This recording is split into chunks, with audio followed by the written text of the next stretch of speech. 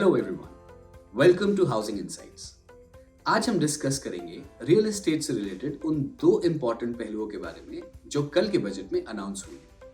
The first is the reduction in the long term capital gain tax on real estate transactions from 20% to 12.5%, and the second is the withdrawal of indexation benefit. अब इसका क्या मतलब है? Let's understand it through a help of an example. तो suppose करिए 5 साल पहले आपने एक प्रॉपर्टी ली थी जिसकी वैल्यू थी 3.6 करोड़। अगर हम 11% एप्रिसिएशन मान लेते हैं ऑन द प्रॉपर्टी, तो आज की डेट में उसकी वैल्यू होगी 6 करोड़। तो अगर ओल्ड रूल के हिसाब से आप long term capital gain tax अगर उस पर आप पे करते, तो गवर्नमेंट आपको अलाउ करती है एक इंडेक्सेशन बेनिफिट का, जिसका मतलब है कि आप अपनी प्रॉपर्टी की वैल्यू को इन्फ्लेशन से एडजस्ट कर सकते थे। तो अज्यूम करते हैं कि आपकी प्रॉपर्टी वैल्यू जो 3.6 करोड़ की थी, उस पे 5% 5 ईयर के लिए इन्फ्लेशन, जिससे आपकी प्रॉपर्टी की वैल्यू बन जाती 4.6 crore.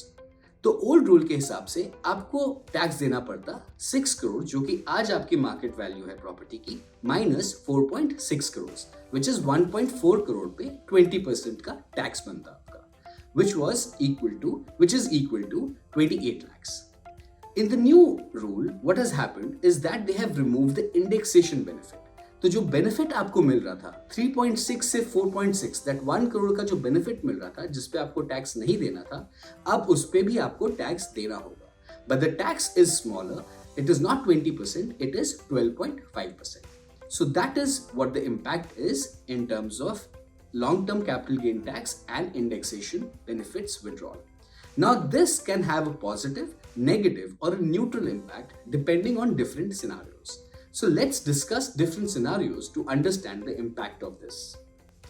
Now, let's discuss the three scenarios. For a 3.6 crore property for a holding period of 2 years, 7 years, and 10 years. So, 2 years का example लेते हैं.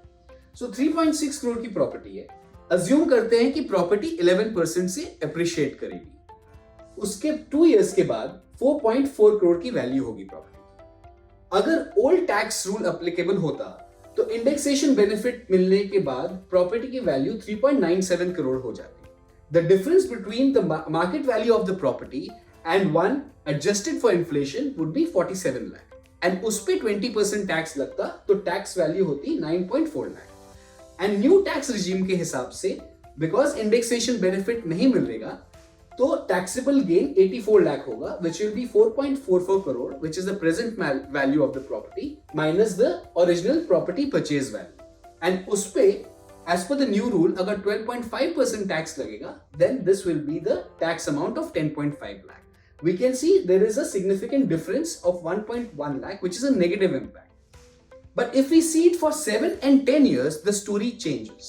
For the similar property appreciation of 11% and agar inflation at 5% constant every year, almost 7.5 years mein, it will be a neutral impact, new rule versus old rule. And at 10 years, it will be a positive impact.